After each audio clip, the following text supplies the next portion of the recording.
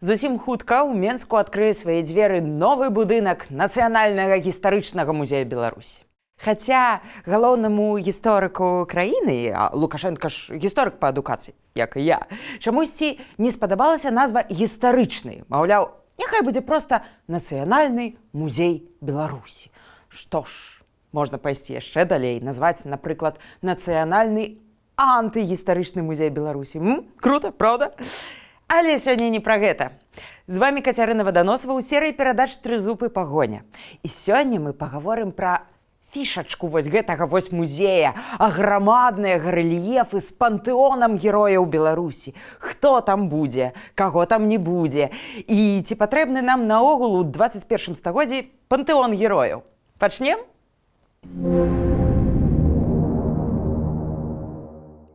Што такое пантэон увогуле? Гэта сукупнасць багоў той ці іншай рэлігіі. Або храм, дзе ўсе гэтыя багі знаходзяцца разам, як пантэон у Рыме.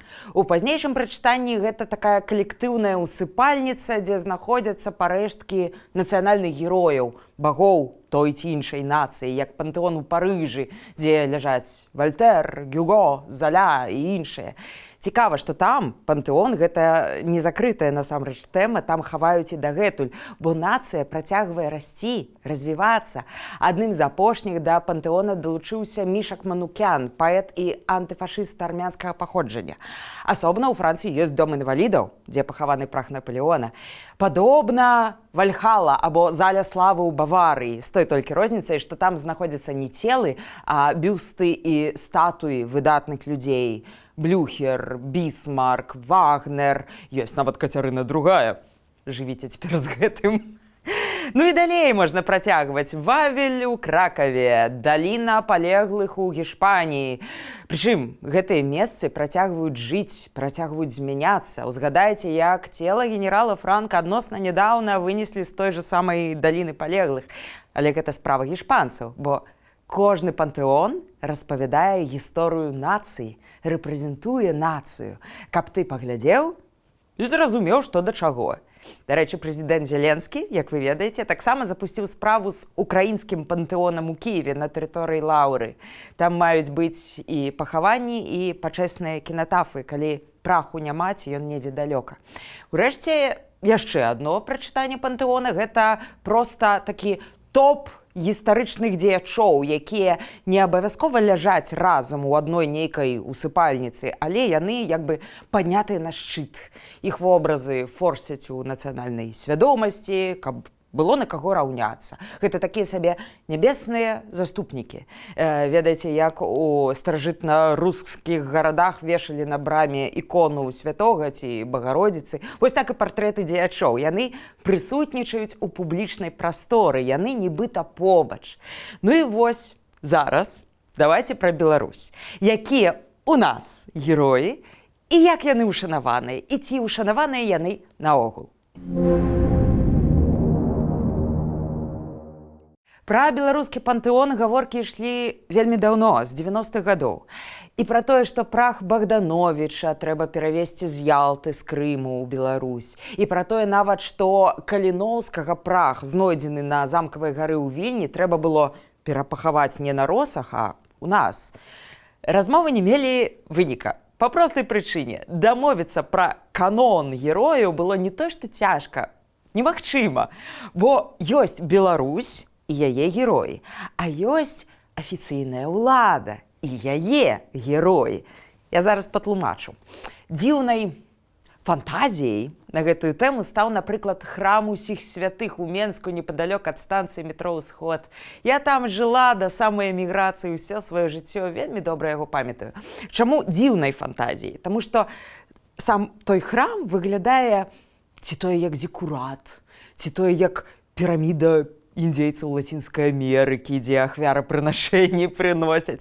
Ну і вось туды сабралі косці палеглых безыменных салдат розных войнаў. 1812 году, Першай сусветнай вайны, Другой сусветнай вайны. І ўсё гэта разам запакавалі. Прычым, ніхто, напэўна, не думаў, колькі там сярод іх каталікоў, лютэранаў, мусульманаў, атэістаў, як бы, всё в дом, всё в сям'ю. Вельмі такі хазяйственны падыход. Ведаеце, яно нечым нагадвае такую змрочную містыку з уладара пярсцёнкаў Толкіна. Памятаеце, там было войска мерцвякоў.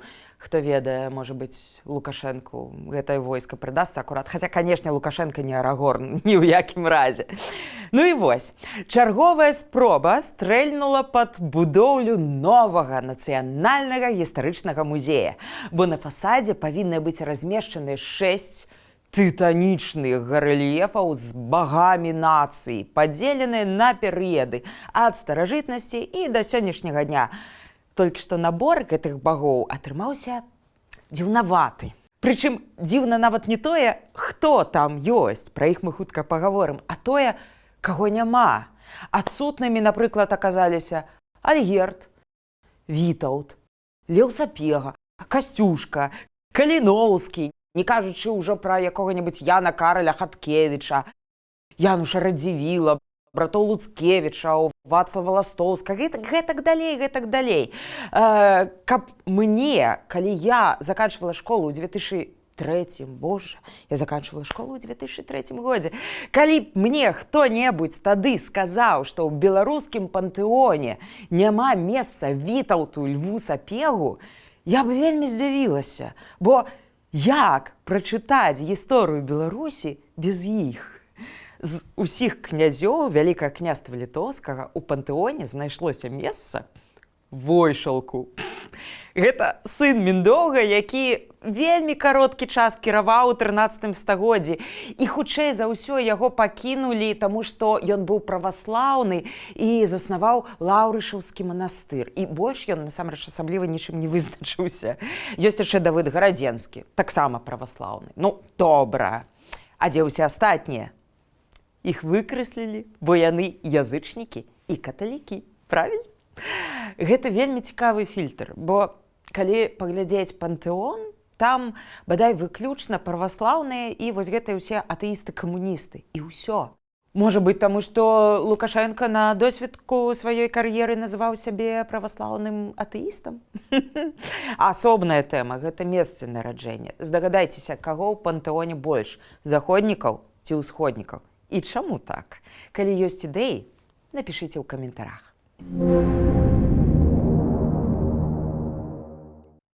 Ідзем далей.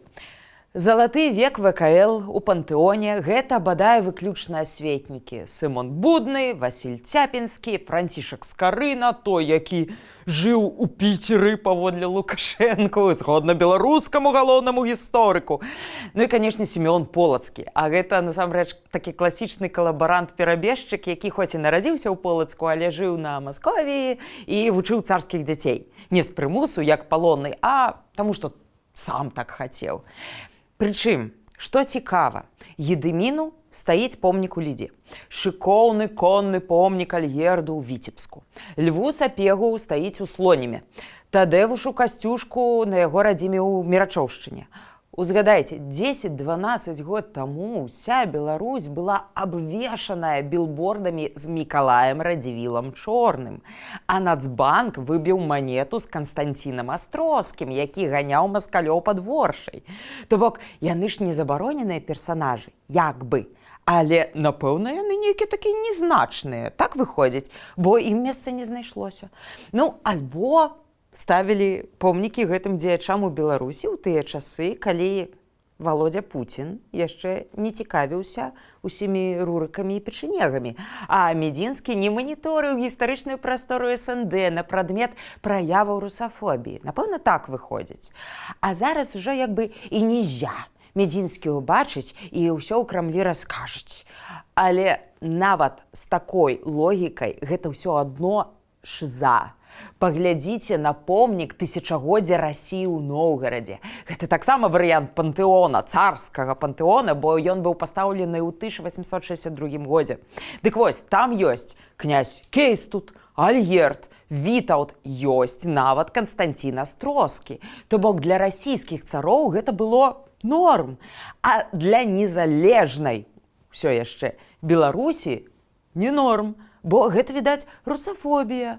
Хаця, хто яго ведае, можа быць, у самы апошні момант іх далепяць перад адкрыццём музея, такі прыз-сюрпрыз. Было б цікава.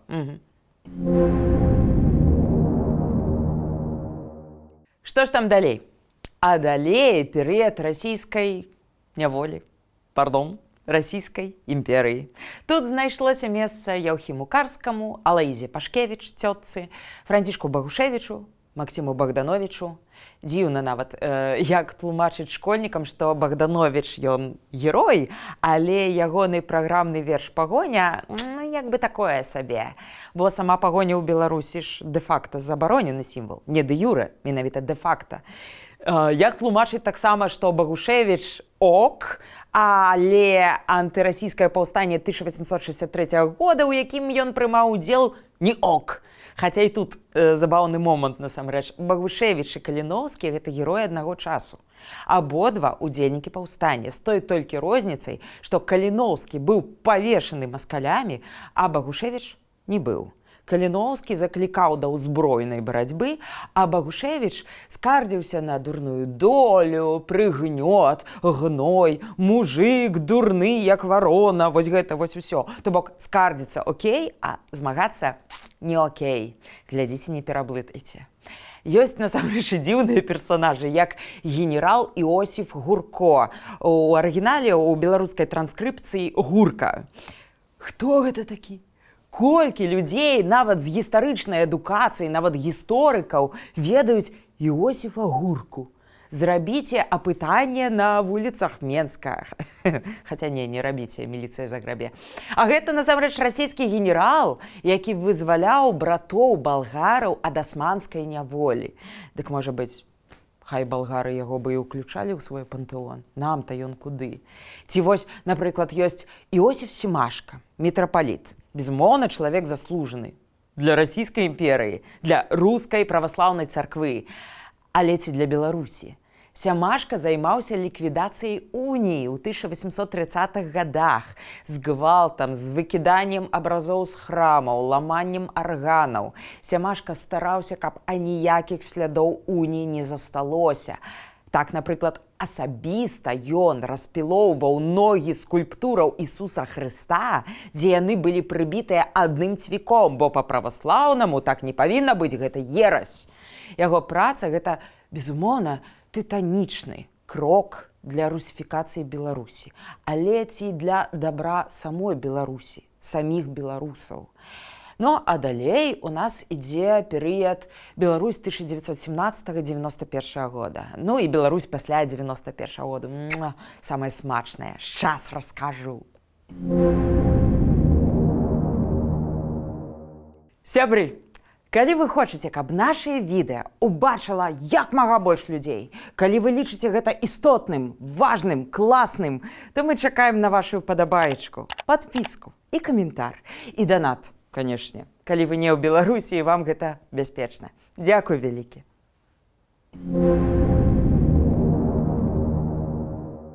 Каго ж нам пакінулі ў гісторыі 20-го стагоддзя?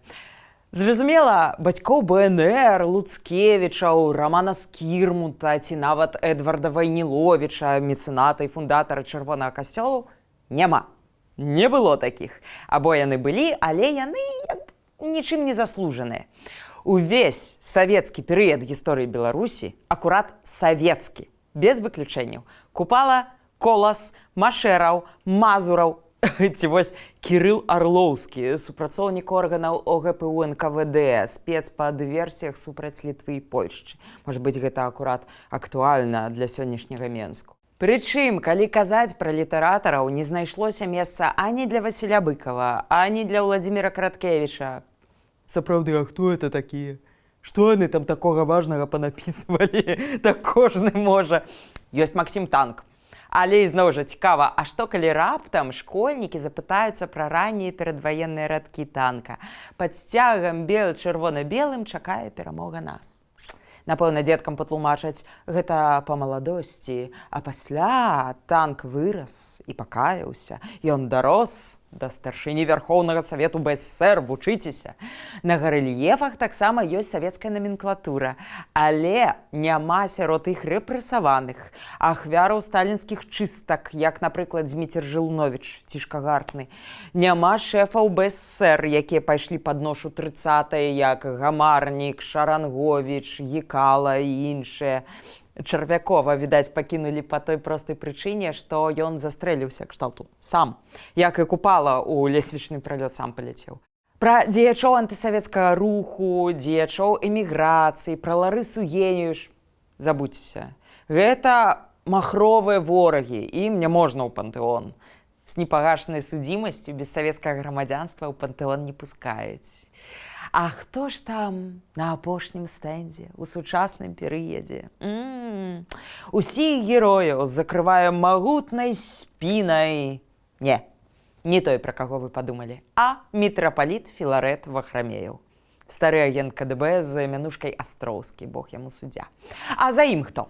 Уладзімір Мулявін з песняроў, Іван Шамякін, савецкі пісьменнік, якога чамусьці засунулі ў сучасны перыяд, кампазітар Ігар Лучанок, мастак Савіцкі, рэжысёр Пташук.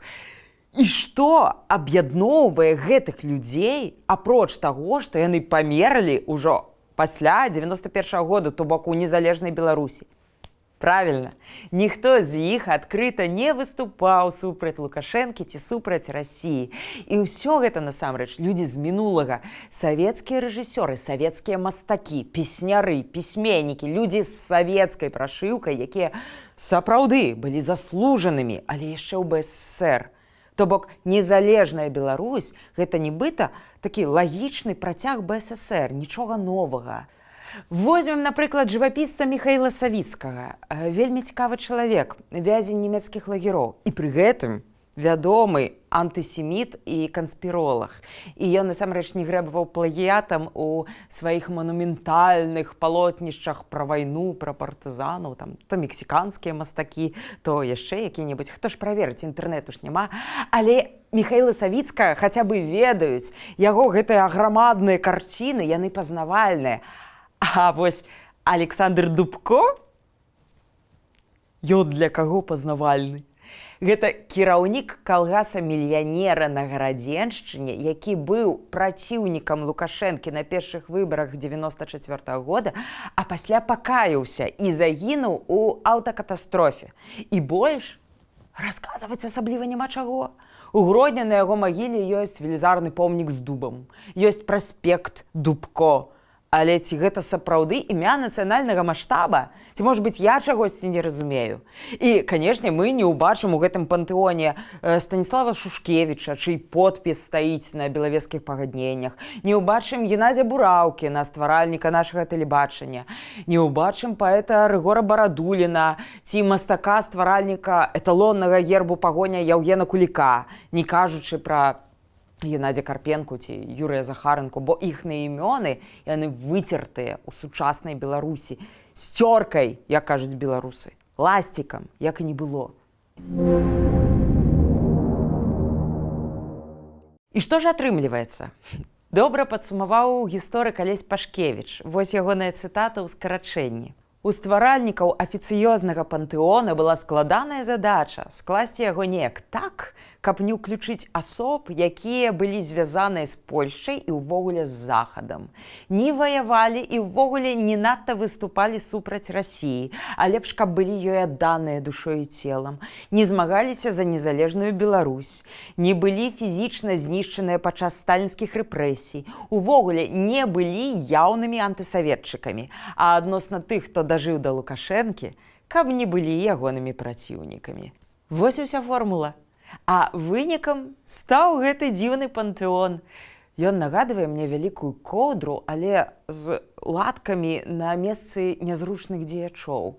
Бо дзіркі трэба латаць, запаўняць гэтую пустую прастору хоць чым-небудзь, хоць як-небудзь. То бок у ахвяру надзённым палітычным інтарэсам хазяіна Беларусі у ахвяру была прынесеная нацыянальная гісторыя. Цікавая, складаная, яскравая, якая акурат і чытаецца праз партрэты. Можа, ён і не дарма казаў, каб з назвы музея прыбраць слова гістарычны. Ён ведаў нешта, намякаў. Ну і галоўнае, ці можа такая гісторыя, сатканая з кампрамісаў стаць сапраўдным міфам у добрым сэнсе, які цэментуе нацыю? Ці можа такі пантэон стаць сапраўды народным? Або гэта проста чарговы сімптом падваення асобы беларускай нацыі, калі асобна дзяржаўнае і асобна народнае? Як вы думаеце, якіх герояў Беларусі вы самі уключылі б у гэты пантэон? Напішыце пра гэта ў каментарах. І апошняе. Станам на сёння, не маючы сваёй у нармальным сэнсе дзяржавы, мы фактычна выконваем дзяржаўныя функцыі. Пад мы я маю на ўвазе журналістаў, блогераў, гісторыкаў, мастакоў, музыкаў, тых, хто можа сказаць сваё слова і быць пачутым. Нават мы з гэтым каналам мы расказваем тое, што павінны расказваць у школах і універсітэтах. Дык, можа быць, пантэон герояў нам неяк таксама самім ствараць. Не ў форме вось гэтага помніка з тысячагоддзя Беларусі, нейкай такой грувасткай страшнай будыніны з мармуровымі, бронзавымі чувакамі, а праз кнігі, праз песні, кліпы, карціны, літаратуру, малюнкі на цішотках, татуіроўкі ўрэшце рэшт. Узгадайце, што партрэты Шаўчэнкі з'явіліся ва ўкраінскіх хатах задоўга да таго, як з'явіліся тысячы ягоных помнікаў. Партрэты Міцкевіча і Касцюшкі ў доме кожнай патрыятычнай польскай сям'і былі задоўга да таго, як Польшча здабыла незалежнасць. Можа быць, так яно і працуе? Знізу. І тады героі пантэона стаюць сапраўды народнымі. Што вы думаеце на гэты конт? Пішыце ў каментарах. Канешне, калі вам гэта бяспечна. А на сёння мы развітваемся. Будзьма разам з сапраўднай гісторыяй.